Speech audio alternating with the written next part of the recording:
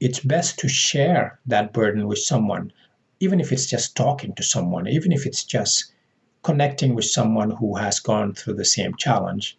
And in this case, multiple people who have gone through the same challenge, to actually help you and show you that there is hope, that there is light at the end of the tunnel, and that you can overcome this. And when you leverage that village, staying motivated takes work. If you don't work on your motivation, you become unmotivated. Join Umar Jang as he shares inspirational stories and tips to get you motivated to do whatever you need to do. This is the Motivational Voice Podcast.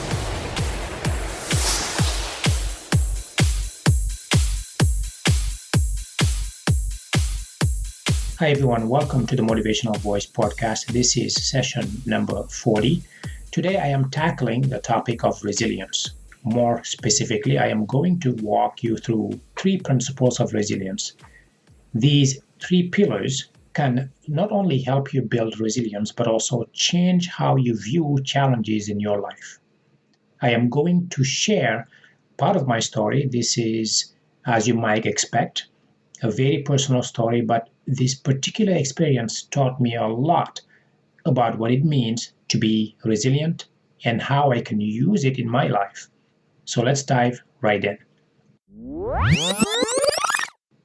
So what is resilience anyway? What does it mean to be resilient? Why should you care whether you are resilient or not? Let me answer the first question about resilience. Then I will share with you my 3 pillars of resilience. In a nutshell, resilience is the ability to bounce back quickly from a challenge that you faced in your life. So think of all of the things that you faced when you were a child, when you were growing up, all of those challenges, whether you went through a divorce, whether you went through an illness, whether you perhaps lost someone you loved, all of those events that you have overcome in your life make you a little more resilient, right? So resilience is really that ability that we all have inside of us to overcome a challenge and be able to move forward and leave that challenge behind us, or at least learn from that challenge. Sometimes you learn to be resilient by going through a life experience unlike any other. And that's exactly what happened to me. When I was 15 years old, a mob armed with machetes and makeshift weapons knocked on our front door. We didn't answer because we knew that what was on the other side of the door was disaster. They knocked again, louder this time, and soon they weren't knocking anymore. They wanted to break the door down and come in. I was 15 years old. So I looked to my mother and the other adults in the room to answer the door. But no one got up. No one was moving a muscle.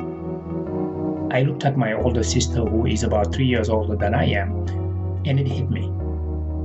My mom, who generally was the first person to go to the door, didn't answer the door because she didn't speak the local language. And the murderous mob behind the door was looking for people who were from Senegal.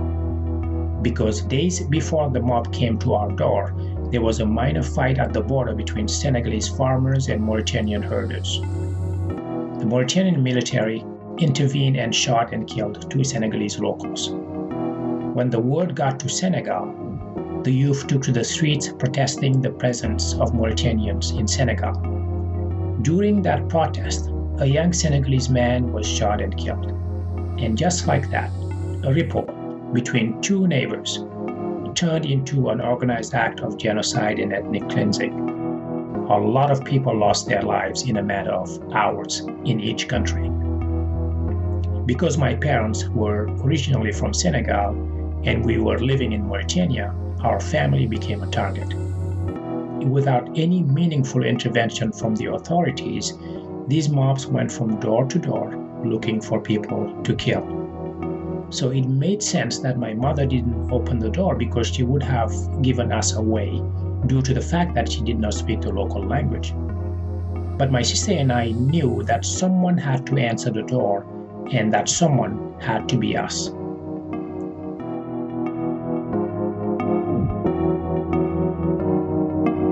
We looked at each other, and as if we could read each other's minds, we walked to the door and cracked it open.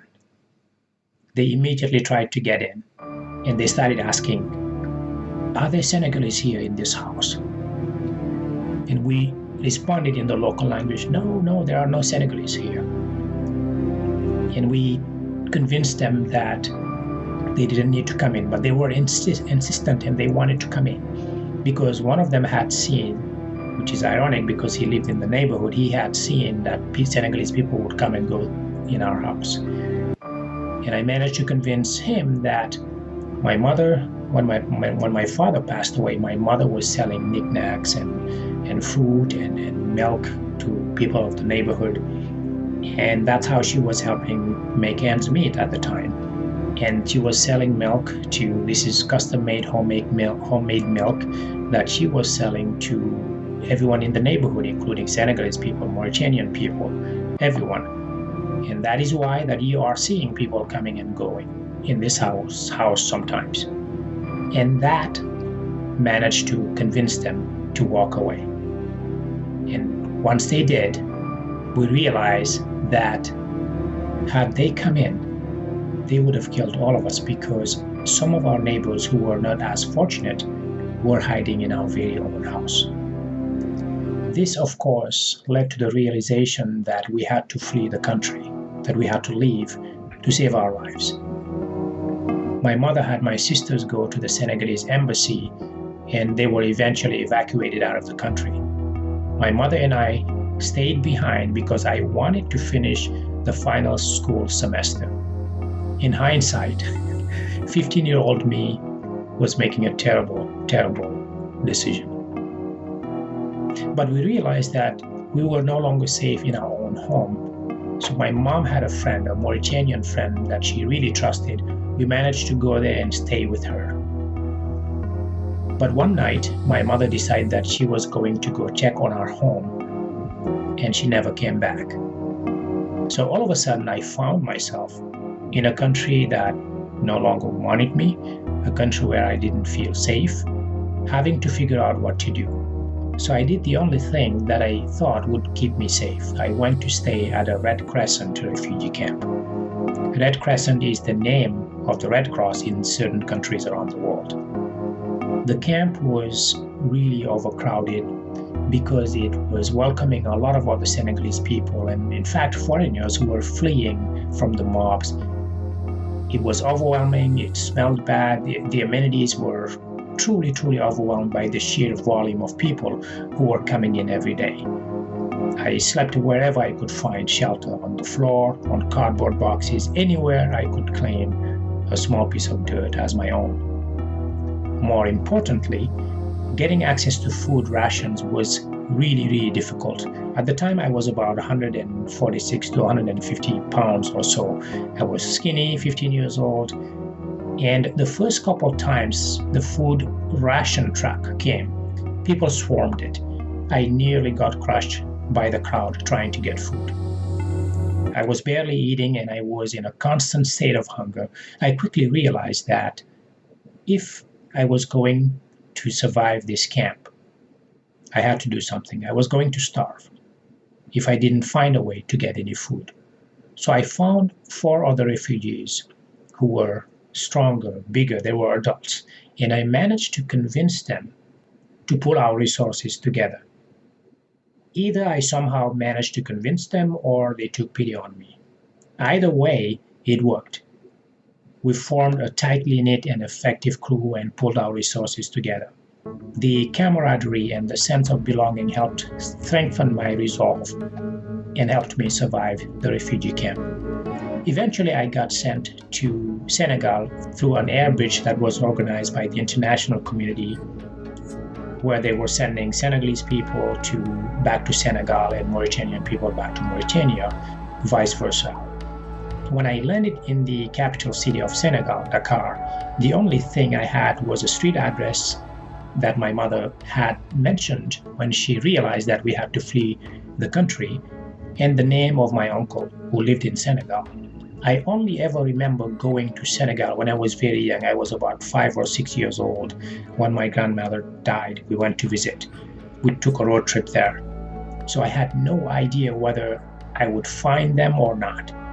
So I spent half a day asking around the town until someone pointed me to a house. I knock on the door and a young woman opens the door and says, "Can I help you?" I said, "I hope so. I am looking for my uncle." And I said my uncle's name. I read on her face that she was really confused. She was wondering who I was and what I wanted. I told her who I was. "I am the son of so-and-so, the younger brother of your father." At that very moment, I heard an explosion of voices coming from the living room. It was my aunts, my cousins, and most of all, my mother and my sisters, whom I thought I would never see again. They were crying tears of joy. Apparently, they thought I was dead. They were preparing to mourn my passing when I showed up. There I was, skinny, exhausted, but I was alive and well.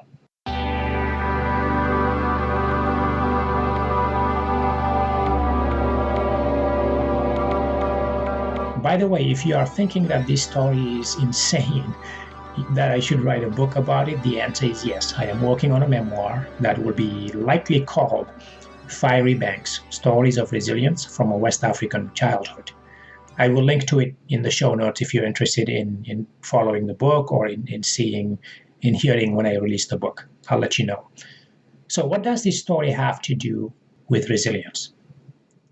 Well, this life experience taught me a lot about myself and about resilience. When I looked back at this specific experience and other challenging events that happened in my life, I realized that there were some principles, some pillars that I applied, whether knowingly or not, that helped me survive not just my time in the camp, but in other rocky situations in my life. And I want to share with you 3 of those pillars that I learned. And by the way, I did do a TV interview on this. It's a 4-minute interview that I will link to in the show notes if you want to check it out and listen to it. The first one is called micro-resilience events. So this is a term that I coined for that experience. Micro-resilience events are these very small and seemingly insignificant challenges that we all go through in life. So think about the first time that you fell off your bicycle and you were learning to ride your bicycle. Think about the first time that you hit your head and as a child and you're crying. Think about the first time that someone broke your heart. Think about the first time that someone passed away and you actually were conscious enough and old enough to understand what that meant. And on and on and on. So all of these challenges by themselves, I call them micro-resilience events, by themselves are insignificant. They're just a pebble in the sand, right? But when you put them together, when you look back, you realize that you have a list of resilience events that were basically building you up to be a stronger human being that can face a bigger challenge at some point in your life. Think about that. Everything that you go through on a daily basis, every challenge that you've gone through in your life up to this point, has been basically building you up to be stronger, to be a stronger, more resilient individual. So that's the first one. The second one is what I would call the village effect.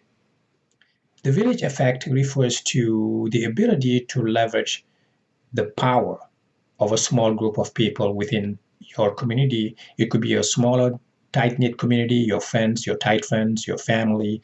It could be your neighborhood. It could be a mastermind group. It could be a number of things.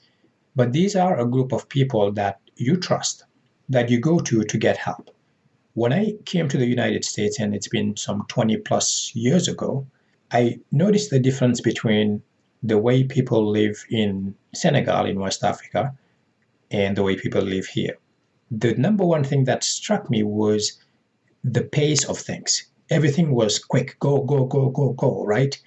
Everything seems to be on a schedule, right? We are just going through life very quickly, so quickly that we don't stop sometimes and realize that there are other things in life that we can enjoy, not only enjoy, but take advantage of. And one of those is that when we run into a problem, quite often in some of these individualistic society, being an individual and being taught to be strong and to face challenges and do everything by yourself is a very good skill to have. However, there are situations where you need to leverage your community. You don't have to do everything by yourself. And certainly, one of the worst things you can do is take on a burden, whether it's a moral, psychological, by yourself. It's best to share that burden with someone, even if it's just talking to someone, even if it's just connecting with someone who has gone through the same challenge. And in this case, multiple people who have gone through the same challenge, to actually help you and show you that there is hope, that there is light at the end of the tunnel, and that you can overcome this. And when you leverage that village, you start to unload the weight of the world that you feel like you have on your shoulders when you're going through something difficult in your life. And that's a very powerful thing to be aware of and to tap into. You don't have to do it alone. And that's what the village effect is. And this is something that I had when I was back home. Immediately, it was just taken for granted. People around you supported you and helped you. And even the way the families are structured in West Africa, for example, where I'm from, you have mom, dad, grandma, your uncle. When I was growing up, my uncle lived with us. Some third cousins lived with us. We always had an extended family member living with us, and we always had multiple people in the family. And that was truly, truly an experience, because I learned from all of those people, but I also was supported by all of those people. And I felt like I can confide in someone, and always felt supported and felt like I was part of a family. It doesn't mean that you can't do the same thing and find your tightly knit village. Right? So that's the second pillar of resilience I want to share with you. The third one is the power of flexibility. This is about having a flexible mindset as a core skill to adapt to situations, particularly new situations. One thing that is constant is change in life. Everything changes. The seasons pass. People get older. At work, things change. You get a new manager. You get new leadership. You get new management. You get new software. If you stick to your gun, things can be very difficult. I want to share with you a quick story from a French poet by the name of Jean de La Fontaine. He wrote a lot of fables in French. And one of those fables was the story of, in French, it's Le Chien et le Roseau, which in English translates to the reed and the oak tree. Now, this is a story of an oak tree that was very strong and that stood firm and stood against the wind and was very strong, was hundreds and hundreds of years old. And it made fun of a small reed that was near it. It will make fun of it whenever the wind picked up. It will laugh at it, saying, "Oh, look at you. You bounce like a leaf at the wind," making fun of it. And one day a hurricane came, and the oak tree, just like it did before in multiple hurricanes, stood firm, did not budge, because it's a strong and firm and sturdy tree, right? But the wind blew so hard that the reed, which is smaller and more flexible, was hitting either side of the ground, and the oak tree was making fun of the reed. Of course, what ended up happening is, because the oak tree was resisting the wind, it got uprooted. The reed survived the storm. The moral of the story is this: change is constant. If you are unwilling to be flexible to change or to something that comes to you, whether it's something as simple as your wife or your spouse asking you to try something, or at your company, maybe they changed management or they changed some software and you're not willing to change this. We've done it this way for 30 years. We're not going to change anything. It has worked for 30 years. I'm not changing anything. That kind of mentality, you are going to have some serious challenges in your life. Flexibility is one of the core skills of human beings. It's one of the strongest skills that we have. And when I think about the things that I went through in my life, moving from one country to another to flee for my life, and then moving to the United States and leaving everything behind and being fully uprooted, having to learn a new language, a new culture, new customs, and so on and so forth. Flexibility is what got me through it, partially. There are other things, of course, in thinking positively, having a positive mindset, and being willing to adapt and to adjust.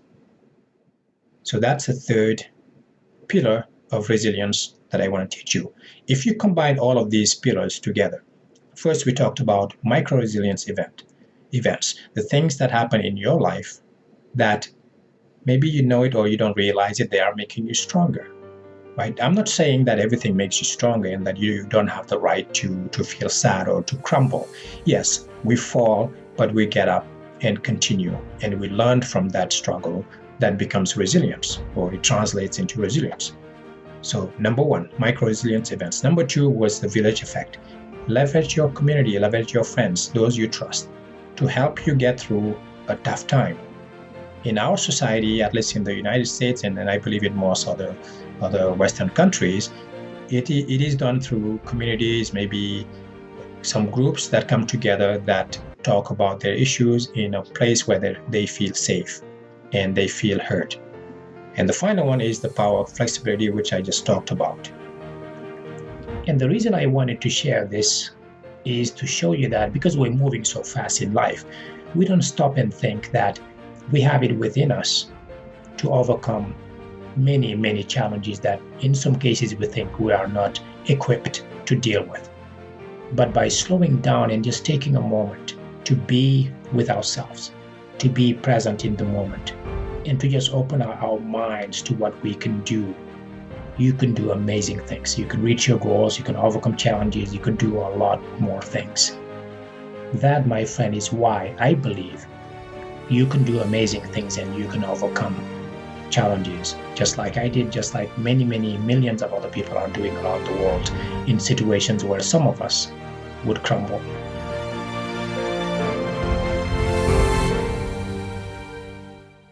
Before I go, I have a question for you. Do you feel you could use some guidance in your life? If you are struggling to figure things out on your own, whether it's setting goals, building better habits, learning to overcome challenges, I would like to invite you to have a conversation with me. I will help you unearth the things that are not working in your life and help you take concrete, actionable steps that will take you from where you are now to where you want to be and where you see yourself, and be very clear on your goals, your life, and your purpose on this planet. Go to my website at umarjang.com and book a call for us to connect. You can find the show notes for today's episode on my website at umarjang.com/session number 40.